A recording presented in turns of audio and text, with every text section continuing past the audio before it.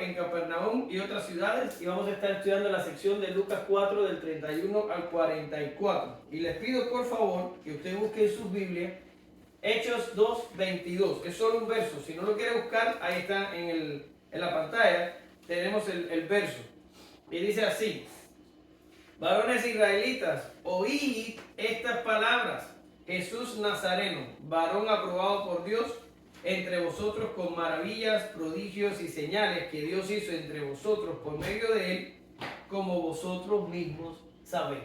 Te damos gracias, Señor, en esta mañana. Ayúdanos a entender tu palabra, ponerla en práctica. Bendícenos por medio de ella, Señor, y escríbela en nuestros corazones, Señor. Sabemos que es tu palabra todo lo que necesitamos para vivir esta vida cristiana que tú nos has regalado por tu gracia. En el nombre de Jesús oramos, te damos gracias, amén. Gracias, Señor.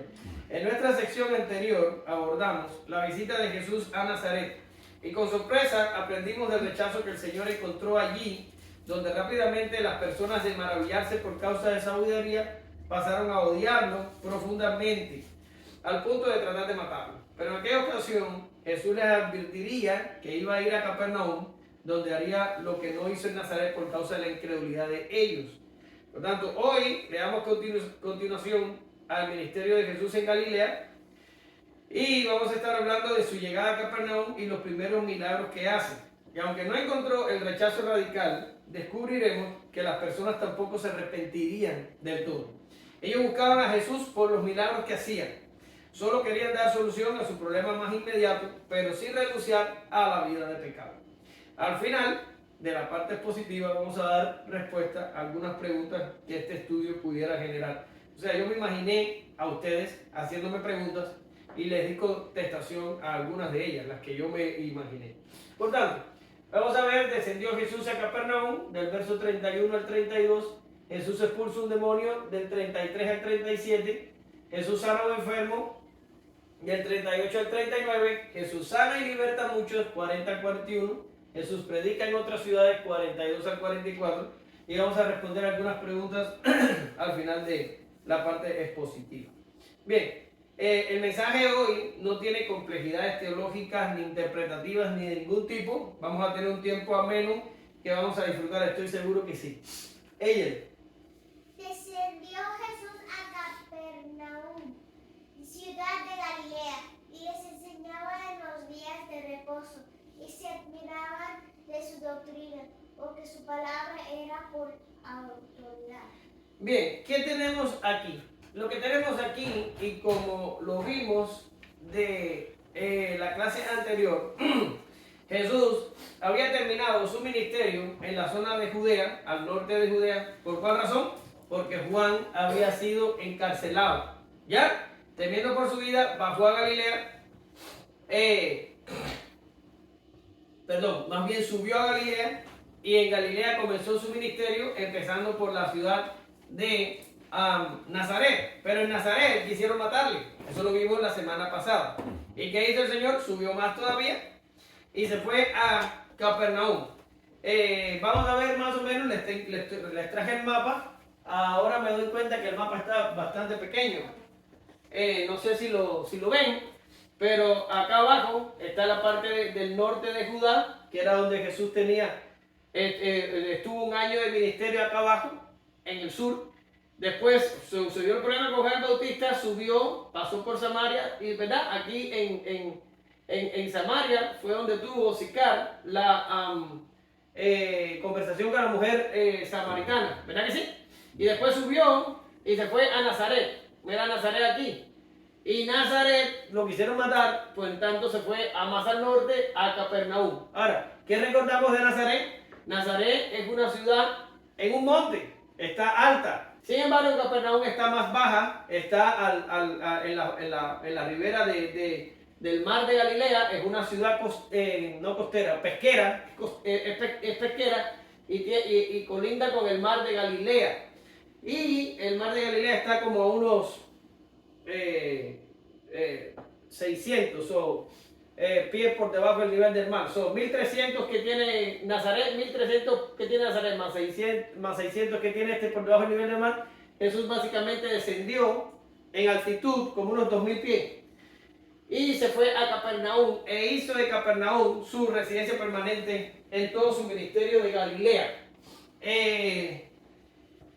Y allí en Capernaum vivía, ¿quién? Vivía Pedro. Allí tenía Pedro su casa, a pesar de que Pedro viene de probablemente Bethsaida, por una mención que hace Juan, creo que es el que lo hace.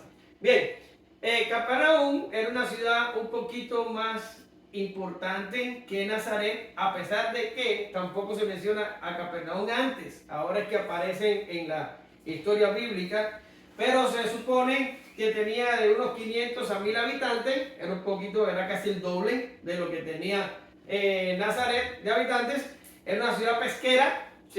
Una de sus actividades más importantes era la pesca, por su cercanía con el mar de Galilea. Y como ya le dije antes, allí Pedro tenía su casa. La arqueología ha demostrado muchísimo de Capernaum, y eso que están viendo ahí es una foto de lo que pudieran ser las ruinas de la sinagoga de aquel lugar. Vamos a estar hablando en breve sobre la sinagoga, y ahorita les voy a enseñar, un poquito más adelante, les voy a enseñar una foto de lo que posiblemente fue el lugar donde Pedro tenía su casa, pero vamos a llegar allí. Por el momento sabemos esto acerca de Capernaum, y los hallazgos arqueológicos nos ayudan a establecer la ciudad y su historia, tal y como lo aparece en el Evangelio según San Lucas y los demás evangelios. Bien, ¿a qué fue Jesús a Capernaum? Bueno, pues lo leía ella al principio. Fue a enseñar en la sinagoga, ¿verdad que sí? En el día de reposo. Ahora, esto ya lo vimos en las clases anteriores, cuando estuvimos hablando de que la actividad principal que se realizaba en la sinagoga, que era leer la ley, leer los escritos del Antiguo Testamento, y después estos eran con frecuencia debatidos, pero generalmente se establecía lo que la tradición decía, y los debates básicamente eran regidos por la tradición. Pero era esto, era la manera que tenían los judíos de reunirse el día de reposo y leer la ley. Allí en la sinagoga no se hacían sacrificios y posiblemente tampoco se oraba. Lo que se hacía en la sinagoga era la discusión de la ley. A ver. Era como una iglesia. Parecido a una iglesia, pero era para discutir solo la ley. ¿Qué día se reunían? Se reunían el día de reposo. El día de reposo los varones judíos iban allí y se reunían y tenían este tipo de actividades. Ahora, en la clase anterior, ustedes vieron que decía que Jesús fue a la sinagoga ¿de qué? De Nazaret, como era su costumbre. Quiere decir, Jesús era un varón judío de unos 30 años que durante toda su vida se había acostumbrado a la dinámica de que el día sábado los hombres se reúnen allí a discutir la ley. Y así lo hacía. Entonces Jesús, aprovechando que iban a estar allí los principales del pueblo y en realidad todos los hombres, o parte de ellos, ahí iba el Señor, ¿para qué? Para enseñar. Ahora, ¿qué dice el texto? Que la gente se admiraba de la doctrina que Jesús tenía. Y esto no solo era a causa de que el Señor no tenía una instrucción rabínica y la gente lo sabía y la gente se asombraba y decía, ¿de dónde saca todo todas estas cosas que no ha tenido esta instrucción? Pero no solo era por eso, sino porque Jesús era o es el verbo de Dios, y como tal Jesús es el dador de la ley, y los escritos del Antiguo Testamento no solo revelan la santa naturaleza de su Padre Dios, sino de Él mismo. Por tanto, debe haber sido algo impactante escuchar a un hombre que no solo era la ley en sí misma, sino que la vivía en su completa expresión, ¿verdad? Debe haber sido algo impactante ver a Jesús totalmente santo, sin pecado, con una comprensión completamente, con una comprensión completa de la ley, explicarla y vivirla. Debió ser algo que exactamente provocaba admiración. Y hay otra frase muy importante que decían, es que se admiraban porque les hablaba como con autoridad.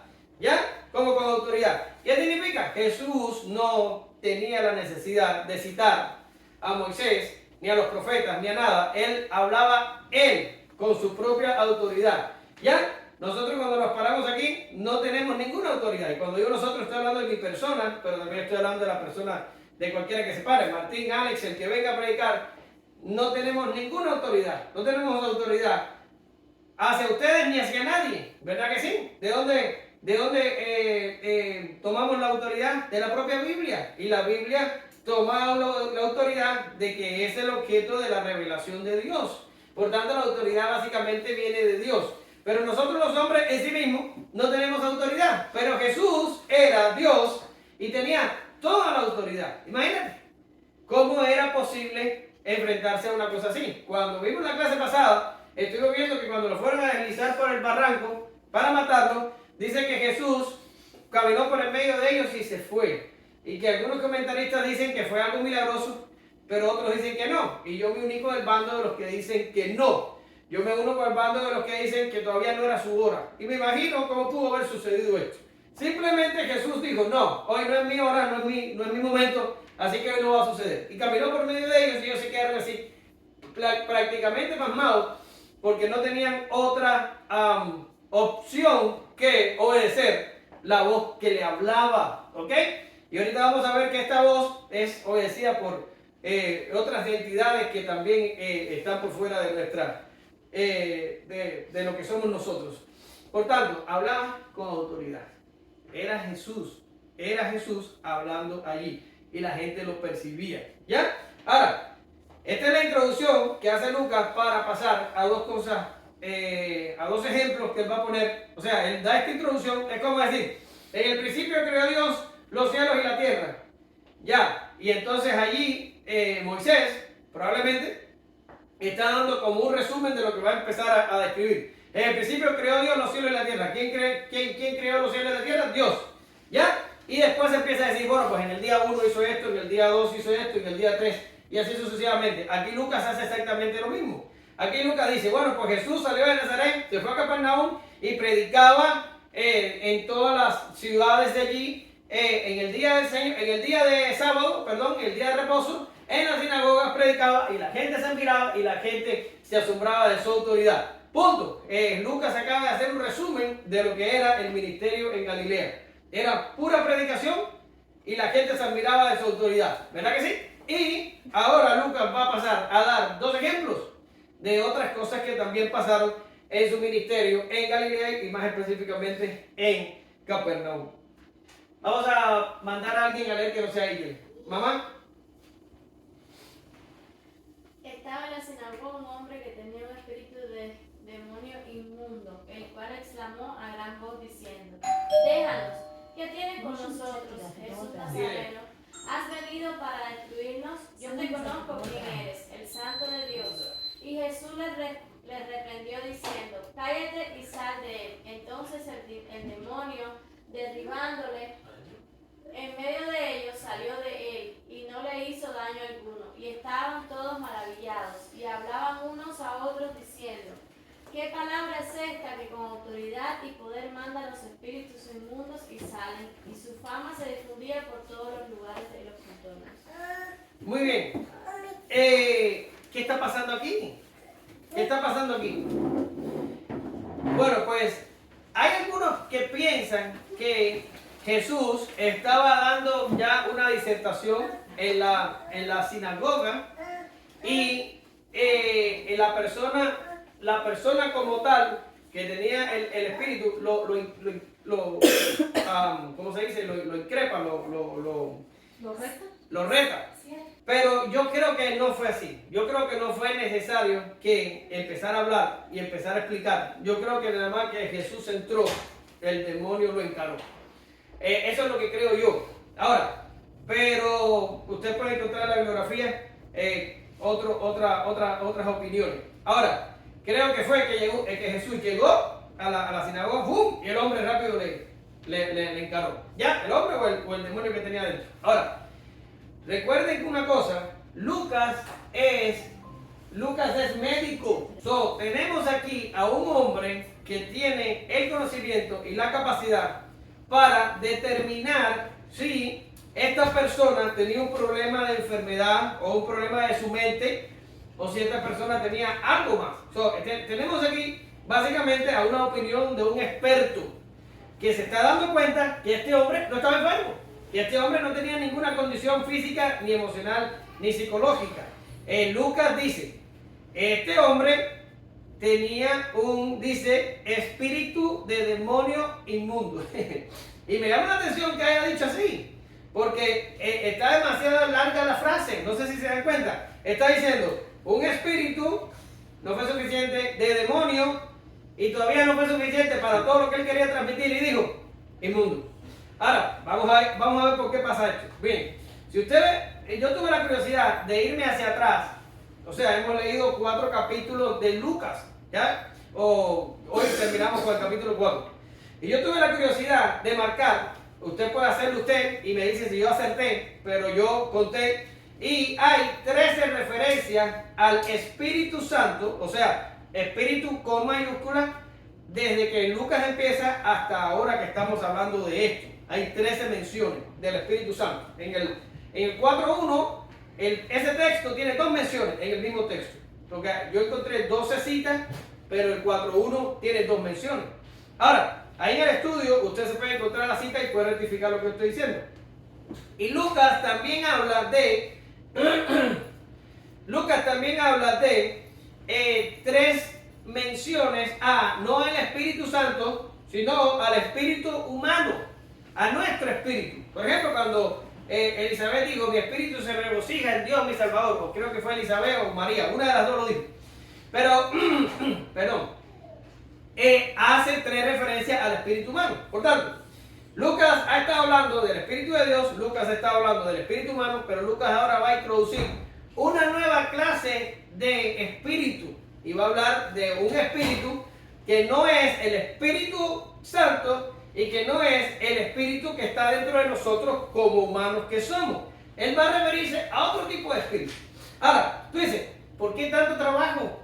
Ellos sabían lo que era un demonio. Bien, pero acuérdate que Lucas no le está escribiendo a judíos, Lucas le está escribiendo al mundo gentil. Y tú me vas a decir, bueno, pero en el mundo gentil estoy seguro que también tenían este tipo de conocimiento. Sabían que había un mundo espiritual y que el mundo espiritual interactuaba con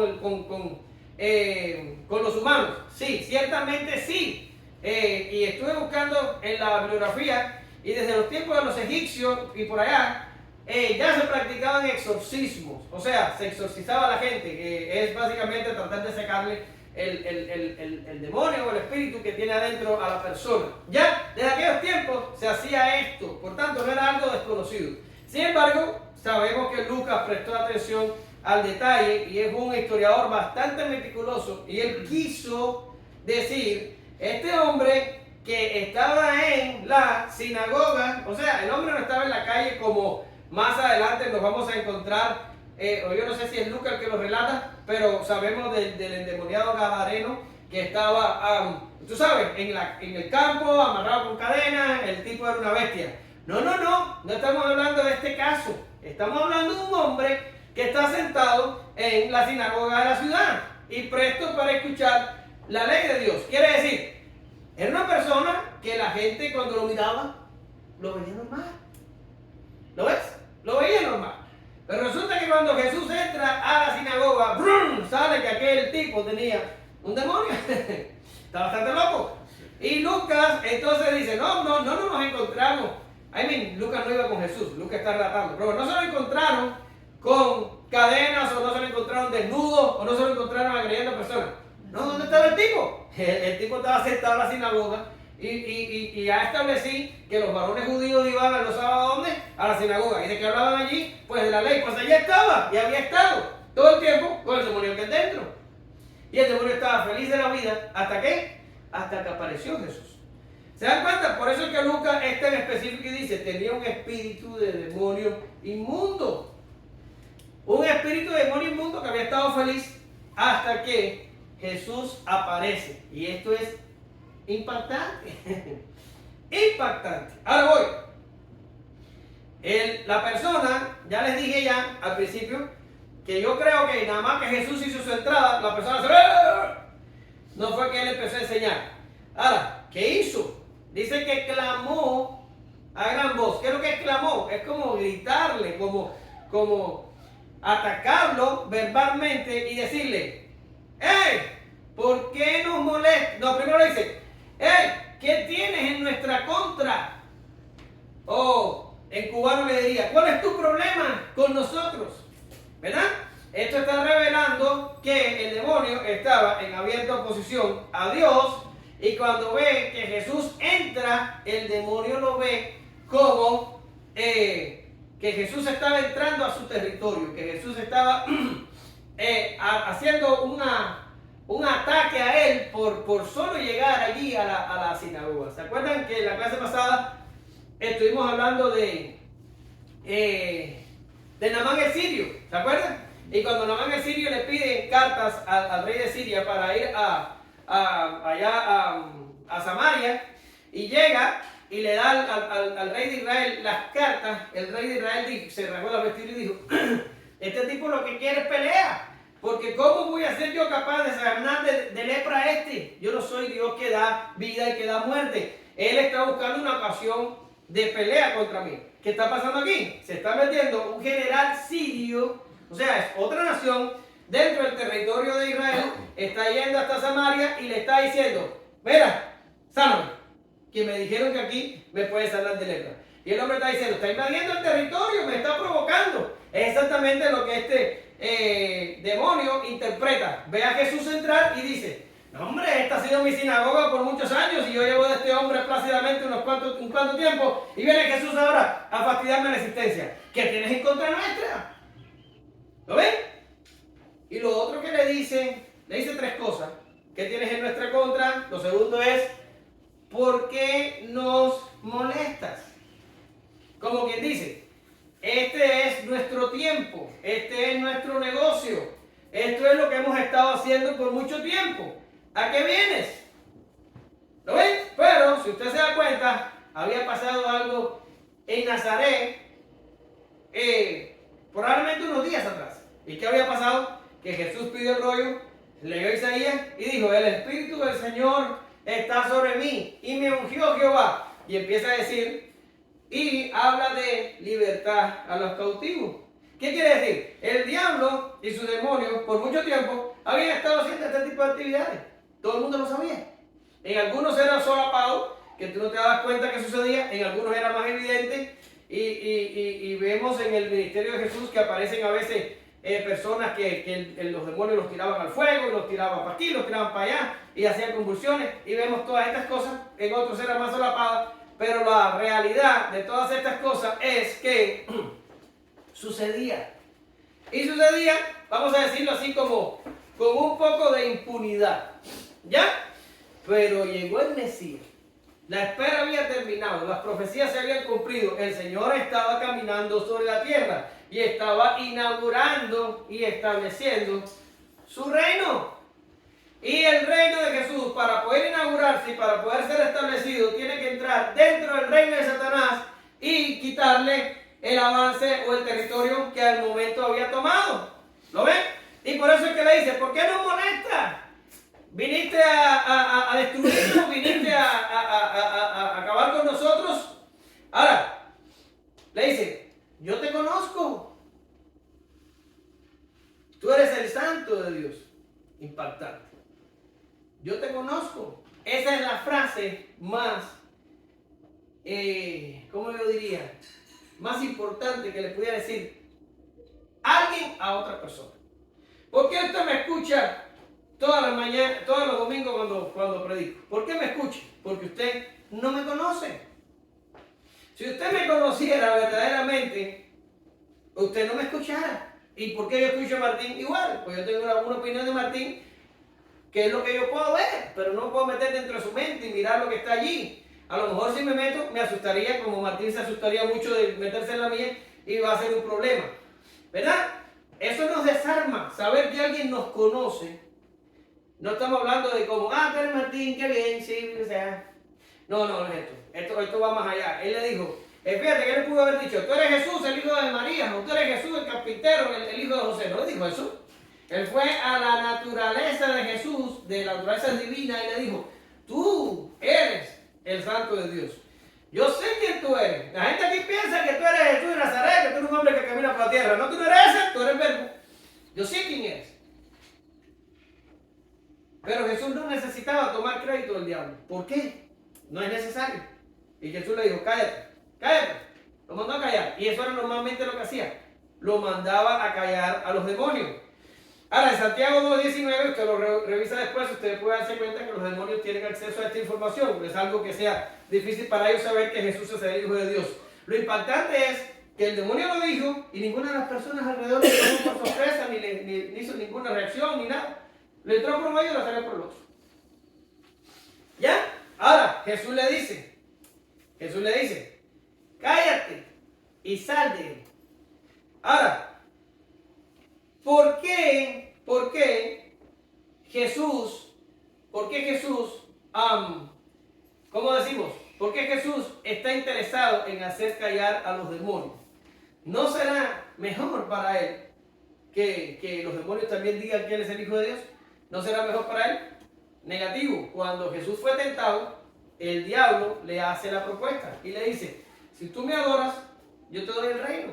A mí me lo dieron y yo se lo doy a quien quiera. Ya hablamos de eso y ya nos dimos cuenta de que esto es una mentira. El diablo le estaba mintiendo a Jesús. El diablo no era dueño de nada. Y básicamente lo que le estaba haciendo era que le estaba mintiendo a Jesús.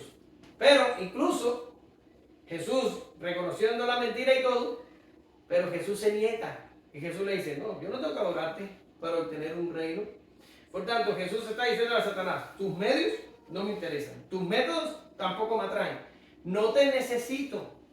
El Padre y yo hemos diseñado un plan que lleva muerte, que lleva sufrimiento, que lleva humillación, que lleva cosas difíciles de hacer, pero lo vamos a hacer a la manera de mi Padre, no a la manera tuya. Y la manera del Padre era Jesús predicando por todo Israel por 3 años. La manera del Padre era los discípulos enviados a predicar también como Jesús. Y esa es la manera del Padre. No necesitamos demonios que prediquen. Jesús no los necesitó, por eso los callaba. Y nosotros tampoco. Ahora, Jesús los manda a callar y le da una orden inmediata. Ahora, vamos a dar un poco para atrás. Les digo a ustedes que desde los tiempos de los egipcios, por allá, bien lejos, ya se practicaban exorcismos. Y, lo saben también, la Iglesia Católica por todo el tiempo ha practicado también exorcismo, practica exorcismo. De hecho, algunas películas que están en el cine han sido basadas en hechos que han ocurrido, de exorcismos que han hecho la Iglesia Católica. No entra en el debate si esos exorcismos son válidos o no, pero no importa quién lo hubiera hecho o quién lo hubiera tratado de hacer en el pasado o en el presente, usan un ritual, usan una manera de exorcizar al demonio, luchan con ellos. Es una cosa entre la persona que está tratando de expulsar la entidad y la entidad que no se quiere ir del cuerpo. Y hacen rezos y maniobras y rituales y cosas para hacer esto. Jesús no hace nada de eso. Jesús le dice al demonio, sale, cállate y sale. Ahora, yo les voy a decir, les voy a enseñar a ustedes de qué estamos hablando aquí. Porque hay algunos comentaristas que dicen que Jesús está mostrando aquí su poder. Y yo estoy en contra de eso. En mi opinión, Jesús no está mostrando su poder ahí. Yo les voy a decir a ustedes lo que Jesús está mostrando. Miren lo que va a pasar ahora. Esa, párate aquí. Párate, ahí. ¿Usted ve? Yo le di a Isa una orden y él se paró de aquí. Él no dijo, no va a parar. Él sabe que yo tengo autoridad sobre él. Por favor, siéntate allí. ¿Ven? I'm sorry, Isa. Él lo mando a parar y él se para, lo mando a sentar y él se sienta. Es lo que debe pasar. Yo soy el papá y él es el niño. Yo tengo autoridad sobre él. Yo lo mando, él obedece. Yo lo vuelvo a mandar, él vuelve a obedecer. Eso es exactamente lo que está pasando. Jesús no está demostrando aquí su poder. Jesús está demostrando aquí su autoridad. Es una cosa totalmente diferente. Él está dando una orden a un demonio y el demonio no le queda otra, tiene que obedecer. Es como cuando llegó allí al precipicio, que yo le hablaba ahorita. Quisieron matarlo, pero él dijo, no, hoy no es el tiempo. Va a llegar su momento, como dicen los mexicanos, no coman ansias, sí me van a matar y lo van a hacer de una manera que ustedes mismos no se imaginan, pero no es hoy el día. Y salió por medio de ellos y se fue. Hay un momento, creo que fue en Getsemaní, no me haga caso porque no lo leí, pero ahora me estoy acordando, en que preguntan, ¿quién es Jesús? Y yo le digo, yo soy. Y cuando digo yo soy, cayeron a la tierra. Eso tiene su explicación, pero ahí hay otro ejemplo de la autoridad y la palabra de Jesús. Cuando es exhalada, ¡pum! La gente no lo pudieron soportar, cayeron a la tierra. Eso es lo que está pasando aquí. Jesús está haciendo una demostración de su autoridad, de su soberanía. Es la segunda persona de la Trinidad. Cuando Él dice, ¡pam!, la cosa sucede. ¿Ok? Ahora, ¿qué le pasó al demonio? El demonio salió y la gente entonces se maravilló. Ahora, si usted va, no vaya, pero usted, si está anotando, póngalo ahí en sus notas y ponga Hechos 19 del 13 al 16 para que usted vea un ejemplo por contraste. Quiere decir, Jesús le dio una orden a este demonio y el demonio salió por la autoridad de Jesús, pero en Hechos 19 del 13 al 16 está el cuento al revés. Fueron unos exorcistas ambulantes entre los judíos que trataron de expulsar a un demonio sin autoridad y el demonio les dio una paliza que salieron muy dañados. Lo pueden leer, está hasta divertido leerlo, pero sinceramente aquí fue al revés. No tenían la autoridad y lo que recibieron fue una paliza. Y Jesús tenía la autoridad, el demonio salió de la persona. ¿Verdad que sí? Ahora, vamos a avanzar. Vamos a avanzar. Tenemos a Jesús mostrando sabiduría cuando predica, y esto lo vamos a resumir más adelante. Ahora tuvimos a Jesús mostrando su autoridad cuando ordenó al demonio y el demonio salió. Ahora vamos a ver a Jesús en otro tipo de escenario. Y ahorita vamos a ver por qué cambia el escenario. A ver, Martín, por favor. Entonces Jesús se levantó y salió de la sinagoga y entró en casa de Simón. La suegra de Simón tenía una gran fiebre y le rogaron por ella. E inclinándose hacia ella, reprendió la fiebre y la fiebre la dejó. Y levantándose ella al instante, les servía. Anteriormente vemos a Jesús sacando un demonio de una persona. Aquí sana a una mujer. Ahora, ¿qué pasó? Bien, aquí tenemos a Jesús saliendo de la sinagoga. El show de la sinagoga terminó. Se va a casa de Pedro, que vivía en Capernaum, ya lo dije antes. Y cuando llega a casa de Pedro se encuentra con la suegra enferma, la suegra de Pedro. Ahora, pero eso que tienen ahí ustedes, esa foto que está ahí, no sé si se dan cuenta que tiene una, a ver, vamos a ir allá, que ustedes ven aquí como una forma hexagonal, ¿la ven ahí? ¿Verdad que sí? Una forma hexagonal aquí y allá. Bien, eso es una iglesia en forma hexagonal que construyeron sobre ese lugar, ahí en Capernaum. Y cuando los arqueólogos excavaron debajo de eso que usted está viendo ahí, encontraron restos de lo que pudo ser la casa de Pedro en el primer siglo. ¿Ya? Lo que usted tiene ahí básicamente es el lugar donde existe una alta probabilidad que fue la casa de Pedro, que fue donde Jesús salvó a la suegra y que fue donde Jesús residió en el tiempo que estuvo en su ministerio en Galilea. Esa es probablemente la casa de Pedro. ¿Ya está? Ahora, llegó allí y probablemente Pedro y la esposa o uno de ellos va a donde está Jesús y ruega por la señora que está enferma y le dicen, ya lo habían visto actuar, ya sabían de todo lo que había pasado en Judea y ya sabían que Jesús podía hacer algo por la señora y van y le dicen, tengo ahí ya sea Pedro, tengo mi suegra, o ya sea la mujer, tengo mi mamá enferma aquí, dice que era una gran fiebre. O sea, no era una cosa pequeña, no era como, no. La señora estaba empeorando y la fiebre era una gran fiebre. Le dicen a Jesús, por favor, ayúdanos con esto. Y dice que Jesús reprendió la fiebre y la fiebre la dejó. Pero voy de nuevo a hacer énfasis en que el historiador que está contando aquí la historia es médico. Ahora, ¿a cuántos de ustedes le ha dado una fiebre alta, bien buena, en algún momento? A todos, ¿verdad? A todos nos ha dado una fiebre. Y cuando usted tiene una fiebre esta bien buena y usted se toma un medicamento y la fiebre le deja, ya, ¿cómo usted queda?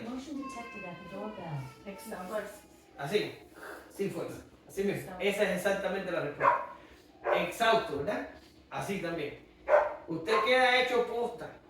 ¿Ya está? Sin embargo, aquí dice que al instante les servía. ¿Qué quiere decir esto?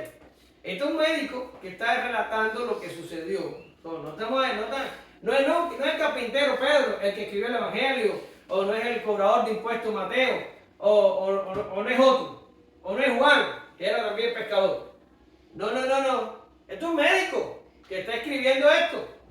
Y dice, al instante le servía. ¿En serio? ¿Cómo puede una persona que se acaba de recuperar de una fiebre levantarse a servir gente? Cuando usted, ya sea que tenga fiebre, o ya sea que la fiebre se resuelva, usted queda sin fuerza. Por tanto, a Jesús se le pidió que ayudara a la señora, y Jesús hizo con la señora más allá de lo que se le pidió. Jesús hizo el trabajo completo.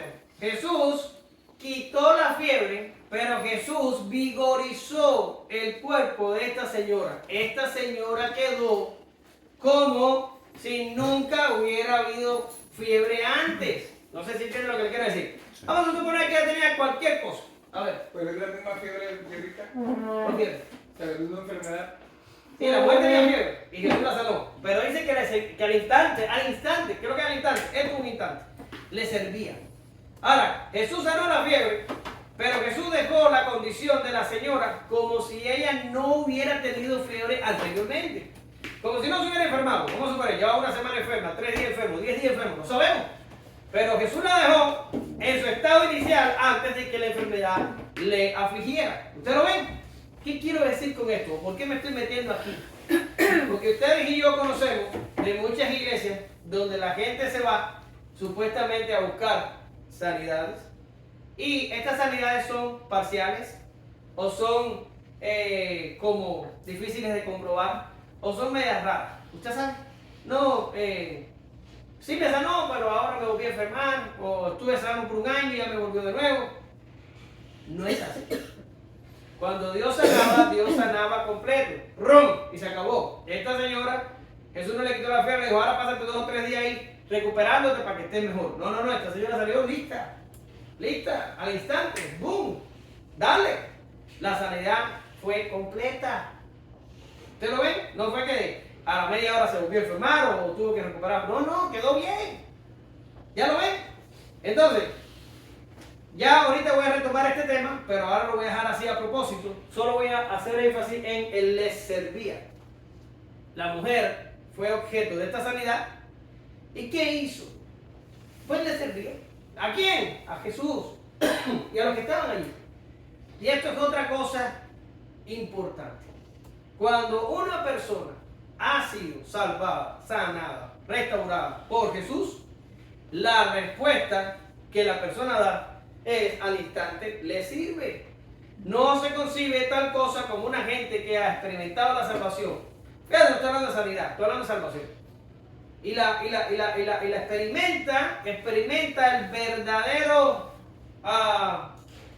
la verdadera realidad esa de sentir que todos tus pecados han sido perdonados y que eres heredero de una vida eterna por la cual tú no trabajaste, ni peleaste, ni luchaste. El saber verdaderamente eso, cuando una persona lo experimenta de verdad, ¿cuál es la reacción que produce en esa persona? No existe tal cosa como el creyente que se salva y le vale. ¿Tú sabes? Como, ¿y quién le va a predicar a los que están perdidos? Pues que le predique otro. Yo no, yo estoy muy ocupado en mi trabajo. ¿Y quién va a hacer el trabajo en la iglesia? No, yo no. Yo tengo que trabajar, yo tengo que pagar bien. No existe tal cosa. Toda la gente que sufrió esto llegó aquí. ¿Ya? Llegó aquí. Cuando el endemoniado Gadareno fue librado del demonio, ¿qué hizo el Señor, el hombre? ¿Qué hizo? Quería seguirle. Y Jesús le dijo, no, a mí ¿para qué? Vete para allá para tu casa y cuenta todo lo que Dios ha hecho contigo.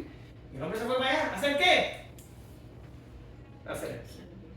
No existe tal cosa como una gente que haya experimentado tantas cosas de Dios y le va. Y está sentado ahí. Ah, sí. ¿Qué es lo que hay hoy? Pues eso es lo único que me preocupa. Y ahorita vamos a ir un poquito más allá de ese pensamiento. ¿Ya está? Ahora, vamos a irnos al punto 4. Y Martín ya leyó. Abraham, por favor, léeme. Anda. Al ponerse el sol, todos los que tenían enfermos de diversas enfermedades los traían a él, y él, poniendo las manos sobre cada uno de ellos, los sanaba. También salían demonios de muchos, dando voces y diciendo, tú eres el Hijo de Dios. Pero él los reprendía y no les dejaba hablar porque sabían que él era el Cristo. Muy bien. Aquí Lucas está resumiendo el ministerio de Jesús en Galilea, pero Lucas está haciendo algo un poquito más que esto. Por 4 capítulos hemos estado oyendo la narración lucana. ¿Y de qué se ha ocupado el historiador en establecer hasta la semana pasada? Se enfrascó en demostrar quién es Jesús, o se enfrascó en hablarnos acerca de la persona de Jesús. Él empezó hablando acerca de su precursor, de Juan el Bautista, después pasó y nos habló acerca de la concepción virginal de Cristo, acerca de su nacimiento y de sus primeros años, y después nos habló sobre su bautismo y tentación. Todo este gran relato nos habla Lucas acerca de quién es la persona de Jesús.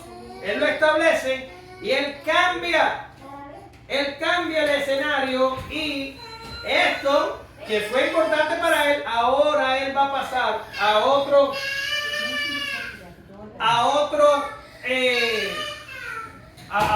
evento de importancia, y es que ya no va a hablar de la persona, sino que va a hablar de la obra de Jesús. ¿Por qué? ¿Por qué? Porque la obra es la que prueba la persona. Y vamos a irnos al primer verso que leíamos al principio. Vamos a irnos allá. Yo voy a regresar mi estudio hasta allá y vamos a leerlo. ¿Qué dice? Hechos 2:22. Varones israelitas, oíd estas palabras. Dice, Jesús Nazareno. Ahora, ¿quién es Jesús Nazareno? La persona de Jesús, que tuvo un precursor, que tuvo una concepción virginal, que nació, que tuvo sus primeros años allí alrededor de Nazaret, que fue bautizado y todo lo que pasó en el bautismo, y que fue tentado por el diablo, salió victorioso. Ese es Jesús Nazareno, ¿ya? Ahora, acuérdense que Hechos fue escrito también por Lucas, ¿ya? Y ahora dice Pedro, porque Lucas está relatando lo que dijo Pedro, y dice, Jesús Nazareno, es esto. Ahora viene, varón aprobado por Dios. ¿Te lo ven? Varón aprobado por Dios. Ahora, ¿cómo Dios prueba a Jesús, varón nazareno? ¿Cómo lo prueba? Lo prueba, ahí dice Pedro, varón aprobado por Dios entre vosotros, ¿con qué? Con las maravillas, prodigios y señales que Dios hizo entre vosotros por medio de él. ¿Usted lo ve? Lucas invierte 4 capítulos en hablar quién es la persona de Jesús, de dónde viene, para dónde va, quiénes son sus colaboradores o su precursor, cómo nació, cómo se crió los primeros años, todo eso. Y ahora él pasa a hablar de su obra, porque la obra de Jesús le va a probar a Lucas y a cualquier lector que lea el Evangelio que lo que Lucas dijo al principio acerca de Jesús, todo es absolutamente verdad. Son las obras las que prueban la persona. ¿Lo entiende ahora? Entonces, por eso es que vemos el cambio de discurso y el cambio en Lucas. Primero habla de la persona, pero ahora él va a empezar a hablar de las obras de Jesús. Primero lo muestra como Jesús, la persona de Jesús, el Salvador del mundo. Ahora lo muestra como las obras de Jesús, el Salvador del mundo. ¿Y cómo lo resume Lucas? Lucas dice, cuando Jesús enseña, su sabiduría es superior a la de los maestros. ¿Desde cuándo está pasando esto? ¿Desde que tenía 12 años? Desde que tenía 12 años su sabiduría ya le enseñaba a los doctores de la ley. Pero dice Lucas, cuando exorciza, cuando saca demonios, su autoridad está por encima de todo lo creado, porque le da órdenes a los demonios. ¿Quién es un demonio? Si Jesús le da orden a un ángel, ¿es que esto es una eventualidad? No, los ángeles obedecen. Si le da órdenes a sus discípulos, ¿es esto una eventualidad? No, los discípulos obedecen. Pero si le da orden a un demonio y el demonio obedece, estamos hablando de un ser que está en oposición a Dios, en rebeldía contra Dios, y que lo último que quiere es hacer la voluntad de Dios. Pero Jesús le da orden y obedece. Eso habla que su autoridad es por encima de todo lo creado. Y lo tercero es que cuando sana, y ahora sí tenemos a su poder es sobre todo el mundo físico. Cuando Jesús hace sanidad, Él está actuando sobre el mundo físico. Cuando camina por el agua, cuando calma la tempestad, cuando hace ese tipo de cosas, está demostrando que su poder es tal que puede cambiar la física, la biología, la química y todo lo que existe para nosotros y que nosotros mismos no podemos cambiarla. Él la cambia con solo decir la palabra. Las obras hablan de que Jesús es lo que Lucas dijo en los primeros 4 capítulos. ¿Ya? Ahora, vamos a la última parte de la sección expositiva. Diana, por favor. Cuando ya era de día, salió y se fue a un lugar desierto, y la gente le buscaba. Y llegando donde estaba, le detenían para que no se fuera de ellos. Pero él les dijo, es necesario que también a otras ciudades anuncie el evangelio del reino de Dios, porque para esto he sido enviado. Y predicaba en las sinagogas de Galilea. Muy bien. Interesante. Antes de irme de la pantalla, les voy a pedir que se fijen. Dicen que para dónde se iba el Señor, a lugares desiertos. ¿Y qué le pasaba con la gente? Que la gente lo buscaba y le pedía que no se fuera. Y Jesús le decía, no, es necesario que yo, ¿y qué es lo que dice que es necesario? ¿Otras ciudades? Que no, es necesario que también que anuncie el evangelio de Dios, porque para esto he sido enviado. Fíjate que no dice, es necesario que yo sane enfermos en otras ciudades, es necesario que yo exorcice en otras ciudades, es necesario que yo haga milagros en otras ciudades. No. Él dice, es necesario que yo anuncie el evangelio de Dios. Ahora, escuche, ¿por qué? Porque la importancia aquí no son los milagros, la importancia aquí es la predicación. Bueno, ¿y para qué sirven los milagros? Para que los milagros comprueben, como dice Hechos, de que Jesús lo que está diciendo es la palabra de Dios. ¿Lo ven? Ahora, ¿qué es lo que quería la gente? ¿Quería el evangelio? La gente lo que quería eran los milagros. La gente lo que quería eran los milagros. No estaban interesados en la palabra, estaban interesados en los milagros. Tú me vas a decir, bueno, pero ¿por qué lo dices? ¿Por qué piensas mal de la gente? A lo mejor la gente también tenía interés en las palabras de Jesús. Difícilmente, mira. Si nos vamos al capítulo 10 de Lucas, y vamos a llegar ahí en algún momento, pero yo lo necesito para hoy, 10:15, Jesús emite un juicio sobre Capernaum. ¿En serio? Sí, mira lo que dice, y tú Capernaum, que hasta los cielos serás levantada, hasta el Hades serás abatida. Porque el Señor emite un juicio sobre una ciudad en la que había hecho tantas obras. Fíjense que desde la clase pasada yo les advertí a ustedes que Jesús había predicho o había profetizado que no iba a hacer obras en Nazaret, pero que sí las iba a hacer en Capernaum, y que la gente iba a decir en Nazaret, wow, y las hace allá, ¿y por qué no las hizo aquí? Si esta es su ciudad donde creció. ¿Se acuerdan que hablamos de eso? Sí. Bien, pues él llegó a Capernaum e hizo grandes obras, y ya lo hemos visto en lo que Diana estaba leyendo. Sin embargo, unos capítulos más adelante, Lucas relata que el Señor emite qué cosa contra Capernaum. Emite juicio. ¿Por qué razón? Porque la identifica, escuche, como una ciudad impenitente. Si usted lee nuestra constitución, la constitución de Primera Iglesia Bautista, usted se va a encontrar al final que dice que el único pecado por el que usted puede ser expulsado de esta congregación, ¿cuál es? No se han leído la constitución. Si no arrepentimos. La impenitencia.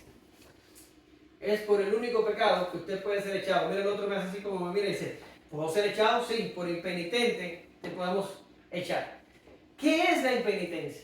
La impenitencia es un pecado que lo practica aquella persona que persiste en practicar el pecado y no el arrepentimiento. ¿Usted lo ve? El creyente se ha arrepentido genuinamente. Y si peca, ¿qué hace? Se arrepiente. Si se peca, ¿qué hace? Y si se arrepiente, ¿qué hace? Se restaura. Y si pide perdón, ¿qué pasa? Es restablecido la comunión. ¿Ya? Pero si tú eres un impenitente, si tú eres una persona que te digo, hijo, estás mal, lo que estás haciendo está mal. Ah, sí me enseñaron a mí no, que no sé qué. Mira la Biblia y me está diciendo, no, que no sé cuánto. Pues yo te reúno en una reunión de negocio y te expulso. Así de fácil. Es como que es alguien que debería arrepentirse pero no se arrepiente. Correcto. ¿Lo ven? Y aquí Jesús está haciendo exactamente lo mismo. Está diciendo Capernaum, y vamos a llegar a ese pasaje un poquito más adelante y vamos a profundizar en él. Pero en el momento, Jesús está diciendo, Capernaum, prediqué el evangelio, hice sanidades, expulsé demonios por toda la región y no te has arrepentido. Por tanto, tú que piensas que hasta los cielos serás levantada, hasta el Hades serás abatido. Sí, con la misma velocidad que subiste, con esa misma velocidad vas hacia abajo hasta que llegues al Hades. Por tanto, el problema aquí de la gente no era que buscaba a Jesús para oír su palabra, para arrepentirse y deshacerse de su vida de pecado. El problema de la gente aquí era que quería que Jesús los sanara, que Jesús los libertara, que Jesús los prosperara, que Jesús les mejorara la vida terrena sin ellos abandonar su pecado. ¿Y esto les suena? No han cambiado mucho las cosas. El 99% de las personas, y oiga lo que estoy diciendo, el 99% de las personas que están hoy en las iglesias evangélicas están buscando esto. Esto es lo que están buscando. Que el Señor les mejore su vida terrena. Pero no quieren saber de santidad, no quieren saber de servicio, no quieren saber de tomar la cruz, no quieren saber de negación, no quieren saber de vida eterna, no quieren saber del cielo. Ellos lo único que les interesa es ahora. Eso nada.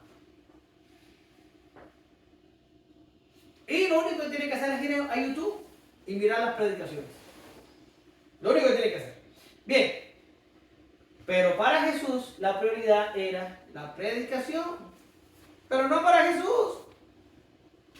Hechos 6:2. Entonces los 12 convocaron a la multitud de los discípulos y dijeron, no es justo que nosotros dejemos ¿qué cosa? La palabra de Dios para servir en las mesas. Ustedes saben lo que está pasando aquí. Se formó una crisis porque las viudas de los judíos griegos eran desatendidas y entonces formaron un lío y querían que fueran atendidas y los apóstoles dijeron, nosotros no nos podemos poner en eso.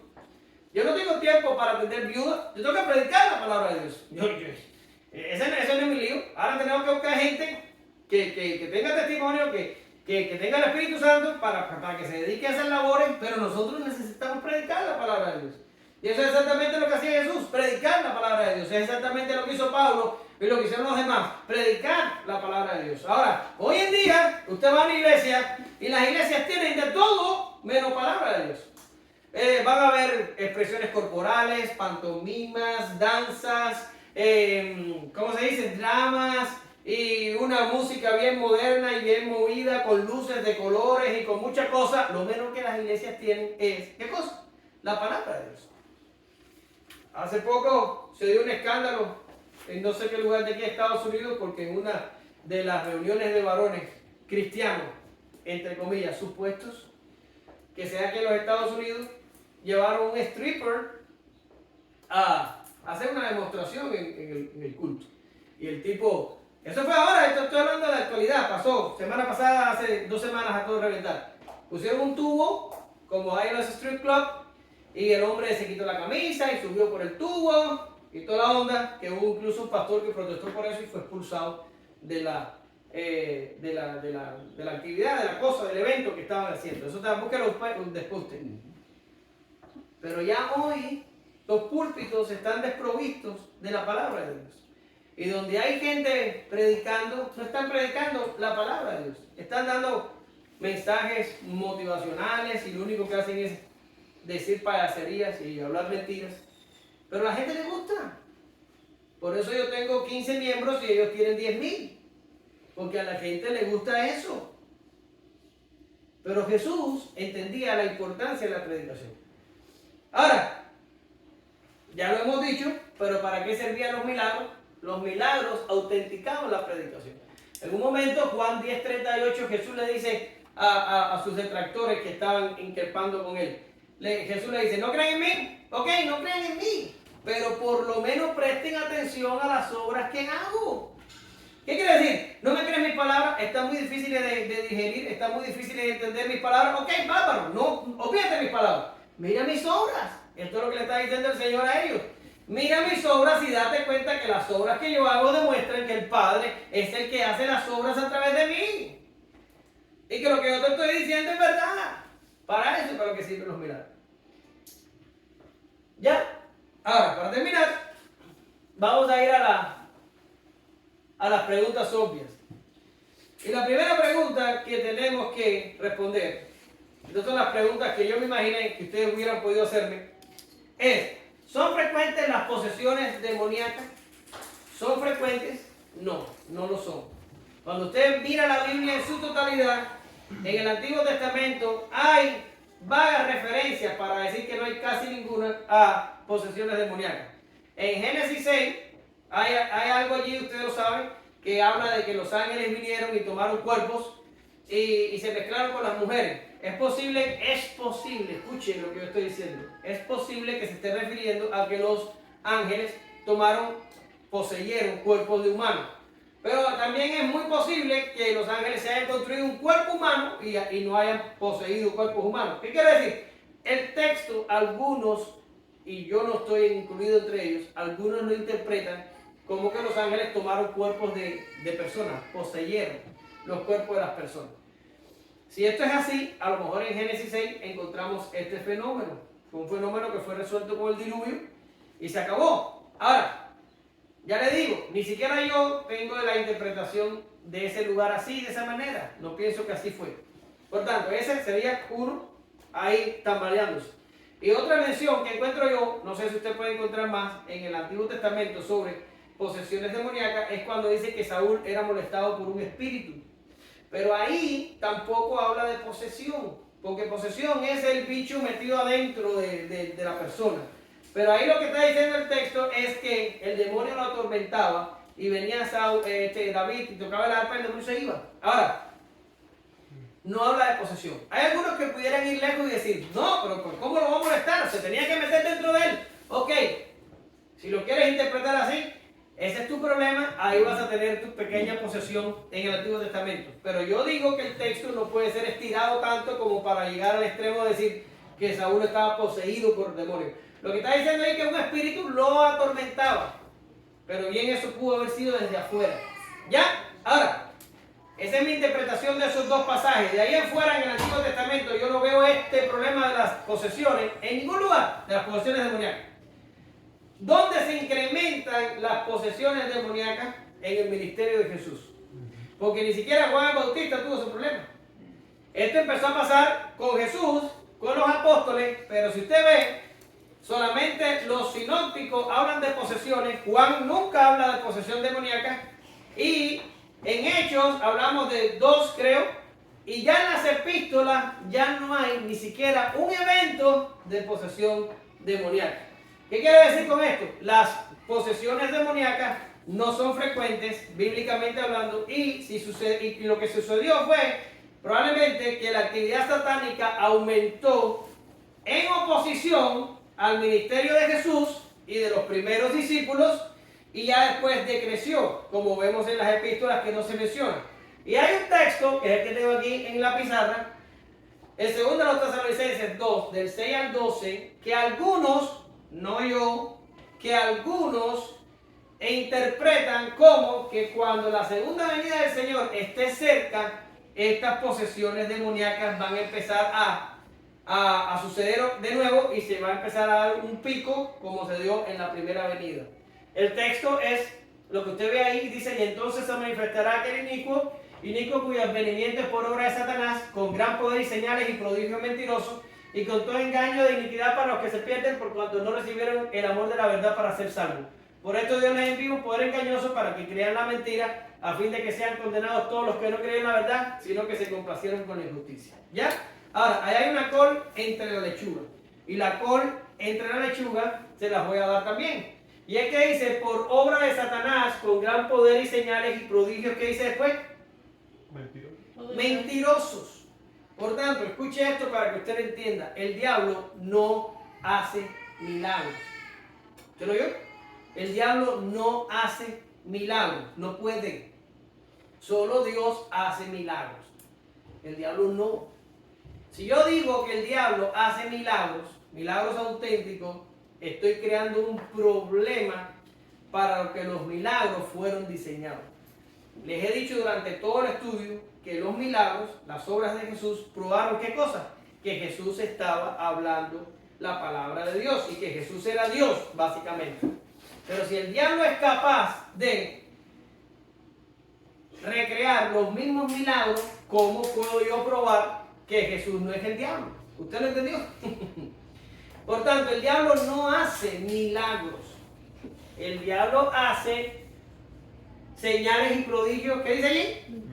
Mentirosos. Ahora, les voy a llevar un pasaje que es bien conocido por ustedes para que ustedes lo entiendan. Cuando Moisés se aparece en la corte del faraón y hace los milagros, ¿verdad que sí? Estaba pensando, tío, Por supuesto, pues ahí te vas, lógicamente. Eso se llama pensar bíblicamente, así se habla. Y cuando él tira la vara y se convierte, ¿qué hicieron los otros? También tiraron sus varas. Los milagros de Moisés, ¿qué eran? Auténticos. Los milagros de los otros eran falsos. Por eso siempre el milagro de Moisés era mayor y superior a lo que estaban haciendo los engañadores de Janes y Jambres. Pero el diablo no hace milagros. ¿Ya lo ven? No hace.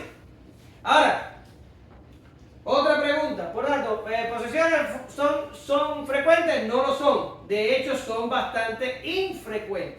¿Ya? Esa es la respuesta. Ahora, segunda pregunta. ¿Cuál debe ser nuestra posición ante la realidad de un mundo espiritual? ¿Cuál debe ser? Bueno, esto es un problema, porque nosotros los seres humanos nos encantan los extremos. Y está la gente que lo niega totalmente y que dice que no hay nada, que eso es mentira, que eso es fantasía, ¿verdad? Cuentos de hadas. Y están los otros, que usted los conoce como yo, que en todo ven demonios. ¿Tú sabes? Los demonios son los que lo causan todo. Chuparse el dedo es una posesión demoníaca. Rascarse la cabeza, posesión demoníaca. Peste en los pies, lo provocan también los demonios. Y usted se ríe, pero usted sabe que yo estoy diciendo la verdad. Son gente que ven demonios en todos lados. ¿Tú sabes? En todos lados hay demonios. Y yo digo, ni un extremo, ni el otro extremo. El testimonio de la Escritura, usted lo tiene en la pizarra. Tenemos que darnos cuenta que el diablo y sus demonios nos hacen la guerra espiritual, nos tratan de fastidiar la existencia. Y el apóstol Pablo nos describe en Efesios 6 una armadura para que usted pueda resistir, ¿qué cosa? Las acechanzas del diablo. ¿Lo ven? Por tanto, si hay una guerra espiritual, si atacan al pueblo de Dios. Ahí no atacan a los inconversos. ¿Por qué el diablo quisiera atacar a un inconverso? Si el inconverso está feliz de la vida con su pecado. Ellos nos atacan a nosotros. Y Pablo te dice, tienes que darte cuenta que nuestra lucha no es contra sangre ni carne. Nuestra lucha es con un reino espiritual muy poderoso, pero Dios nos ha dado una armadura para que esa armadura te sirva para protegerte y para atacar. Un día llegaremos a dar un estudio sobre la armadura de Dios, no hoy. Pero ¿qué te quiero decir? Léete el pasaje para que te des cuenta que en ningún lugar dice que le tienes que empezar a caer atrás a los demonios, ni que tienes que reclamar los territorios, ni que tienes que hacer ninguna cosa. No tienes que hacer nada. O sea, ahí lo que dice es básicamente que tienes que practicar tu vida cristiana tal y como es, predicar la palabra tal y como debe ser predicada, y esto es exactamente lo que necesita para prevalecer sobre Satanás. No hay nada más, es bien simple. Y por esto el apóstol Santiago lo resume mejor todavía. Santiago dice: someteos pues a ¿quién? A Dios. ¿Qué quiere decir someteos? Obedece. Es un término militar ahí. Obedece lo que te manda Dios. Resistir al diablo, ¿qué va a hacer el diablo? El diablo va a huir. Nada más puede hacer. Ahora, otra pregunta que yo me imagino que ustedes pudieran haberme hecho hoy: ¿pueden ser los cristianos poseídos por demonios? La respuesta es no. ¿Ok? La persona que está poseída, si hubiera una persona poseída, no puede ser cristiano, porque nosotros somos morada ¿de qué? Del Espíritu Santo. No puede coexistir un demonio y el Espíritu Santo metido entre una gente. Esto no se concibe. Si usted es un creyente verdadero, usted es morada del Espíritu Santo. Por eso es que tenemos que vivir en santidad, y por eso es que tenemos que tener cuidado de la fornicación, porque dice Cristo que si nos unimos en fornicación a una ramera, dice Pablo que si nos unimos a una ramera con fornicación, unimos a Cristo con la ramera. ¿Por qué? Porque el Espíritu Santo vive en el creyente. A ver, ¿Qué es fornicación? anda, después te lo explico. ¿Cómo se lo explico? Bien, la otra pregunta: ¿ocurren las posesiones demoníacas hoy? Ocurren, y miren lo que yo les pongo: sí. Acuérdense que primero les dije que eran muy infrecuentes, pero eso no significa que no pueden ocurrir. ¿Ya? ¿Ocurren? Sí, pero son infrecuentes. Yo en 25 años que llevo en el Evangelio, jamás he tenido un encuentro con una persona endemoniada. He tenido encuentros con personas que parecen estar endemoniadas y parecen ser socitos, tú sabes, partner de los demonios. Pero eso no significa que lo estuvieran. ¿Lo ven? Evidencia clara y contundente que yo pueda pararme aquí a ustedes y decirles: sí, yo creo que una vez me enfrenté a una persona endemoniada. No tengo esa posibilidad. En 25 años, solo llevo un año de convertido. En 25 años nunca he visto eso. ¿Ya? Ahora, dos consejos. El primero: no suponer a la ligera que todos están poseídos. ¿Por qué razón? Porque yo vengo en mis primeros 14 años en el Evangelio, y ustedes lo saben, fue en una iglesia carismática donde frecuentemente, según ellos, expulsaban demonios de las personas. Pero hoy, ya salido de allí y analizado las cosas con mayor escrutinio, voy a la conclusión que las personas estaban bajo el efecto de una posible manipulación emocional, o una descarga de adrenalina, o tenían un ataque de histeria, o tenían cualquier cosa rara de esas, que al final no era una posesión auténtica. ¿Ya? No podemos pensar que las personas están poseídas. Una persona que nos encontramos en algún lugar y nos grita y nos dice cosas y no sé qué, y dice: esta persona está endemoniada. No, en realidad no sabemos que está endemoniada. ¿Ok? Ahora, lo segundo: no culpar al diablo a sus demonios por todo lo que sucede. Y esto es un problema, porque es una exageración, diría yo, de algunos intérpretes que dicen esto. ¿Ok? Nosotros los hombres tenemos libre albedrío, y cuando pecamos, y voy a decir libre albedrío sin temor. Sí lo tenemos. ¿Ok? No es el libre albedrío de los arminianos, pero es el libre albedrío de los calvinistas. Pero lo tenemos. Cuando yo peco porque mi naturaleza pecaminosa me inclina, y porque mi voluntad corrompida me lleva a pecar, y porque soy tremendo cara dura, pero por eso peco. No es culpa del diablo, ni es culpa del demonio, ni es culpa de nadie más. Y cuando usted peca, es igual. ¿Ok? No es culpa de los demonios, porque tendemos a ver que los demonios son los culpables de todo. Yo digo que si los culpables fueran de todos los demonios, cuando llegue el día del juicio, ¿quiénes van a ser los únicos condenados? Los demonios. Pues nosotros somos, mira, ¿sí? No, señor, a mí no, fue Satanás, fue el demonio, fue el no sé quién, fue el no sé quién. Yo soy todo un santo. No es así. Somos pecadores. Y a no ser que contemos con la justicia perfecta de Jesucristo, vamos a ser condenados por nuestro pecado. ¿Ok? Por nuestro pecado. No veamos demonios y espíritus y cosas en todas las esquinas. No es así. ¿Ok? Ahora voy. ¿Qué hacer frente a una genuina posesión demoníaca? No sé. ¿Ok? No sé. Porque nunca he estado en una. y no encuentro en la Biblia textos que me digan cómo reaccionar a un momento así. Si yo fuera entrando a un lugar y me dice alguien, ¡hey, yo te conozco! Tú eres el predicador de Jesús y no sé qué. Y yo digo, nos vamos. ¿Qué voy a hacer yo ahora? ¿Mandarme a correr? Probablemente no voy a correr. Probablemente voy a tratar de decirle lo mismo que Jesús le decía. ¡Sal fuera! A ver si obedece el tipo. ¿Ok?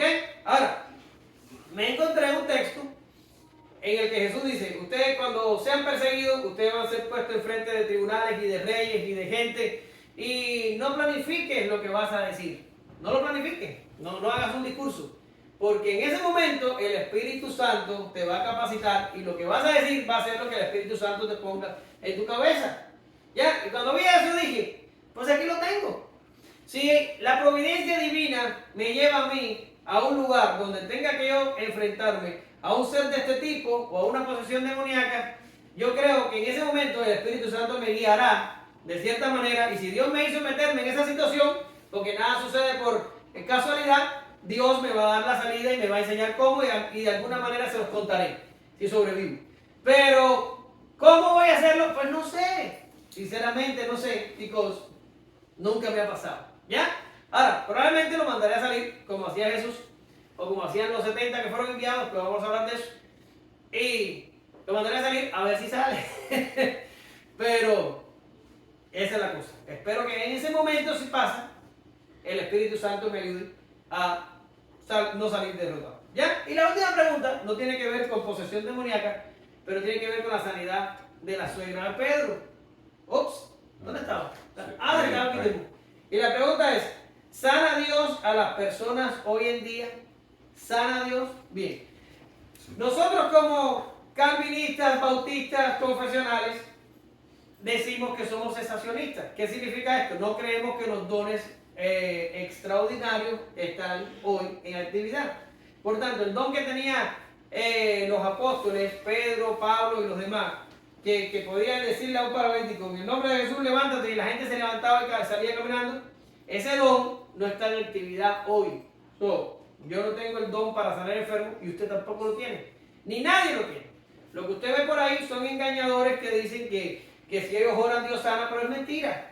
No sana. Como mismo yo no he visto ese tipo de posesiones demoníacas en 25 años, tampoco nunca he visto personas ejercitando ese tipo de don como lo hacía Pablo, como lo hacía Pedro, como lo hacían los apóstoles. Que nada más ponen la mano y la gente se sana automáticamente ahí, bien sanado, como sanó el Señor a Pedro. Jamás en mi vida yo lo he visto. Ahora, ¿qué he visto yo? Que una congregación orando por un enfermo, Dios puede sanar al enfermo. Eso sí. Por tanto, yo creo, y nosotros debemos creer, si estamos bíblicamente correctos, que los dones extraordinarios cesaron y que hoy nadie tiene un don de sanidad para sanar por ahí ambulantemente como hacían los apóstoles. Eso lo hacemos. Pero yo he visto más de una vez al Dios soberano, que todavía sigue siendo todopoderoso, responder a una oración solo porque Él quiere y sanar a una persona. Y esto está en concordancia con Santiago 5 del 14 al 16, que dice así: ¿está algún enfermo entre vosotros? Llame a los ancianos de la iglesia. ¿Y qué cosa tenemos que hacer? Oren por él, ungiéndole con aceite en el nombre del Señor. ¿Y qué dice ahí? Y la oración de fe sanará al enfermo, y el Señor lo levantará, y si hubiere cometido pecados le serán perdonados. Confesad vuestras ofensas unos a otros y orar unos a otros. ¿Para qué? Para que seáis sanados. La oración eficaz del justo puede mucho. Por tanto, ¿creemos en la sanidad divina? Sí. ¿Pero cómo? Con oración congregacional. Traemos al enfermo, oramos por él, y si Dios quiere, pues lo sanará. Y si Dios no quiere, pues no lo sanará. Eso es una cosa que Dios hace si Él quiere hacerla. Don de sanidad no existe, no hay. Fue terminado en el tiempo apostólico y hoy en día nadie lo tiene. ¿Ok? Eso es todo, las preguntas que se les pudo haber ocurrido a mí que ustedes podían hacer. Como hemos visto hoy, los milagros de Jesús eran la que sigue. Gracias. Era la manera de probar que Él era quien decía que es. Dios aprobaba sus palabras y sus obras, pero los milagros no eran la parte fundamental de su ministerio, sino su persona y enseñanza. Muchos persiguieron los milagros, pero desecharon su enseñanza. Esto, aunque pudo significar un alivio momentáneo, no resolvió el problema fundamental. Una buena manera de concluir este estudio es prestando atención a lo que es verdaderamente importante. ¿Por qué eres cristiano? ¿Buscas milagros? ¿Quieres pan, peces, sanidad o liberación? ¿Solo te interesa Jesús en la parte de lo que Él puede dar? Si estas preguntas son respondidas afirmativamente, posiblemente tienes un problema. Busquemos a Cristo para perdón, para reconciliación, para vida eterna, para santificación, para tomar la cruz y seguirle, y para, como hizo la suegra de Pedro, para servirle. Esa es la manera adecuada.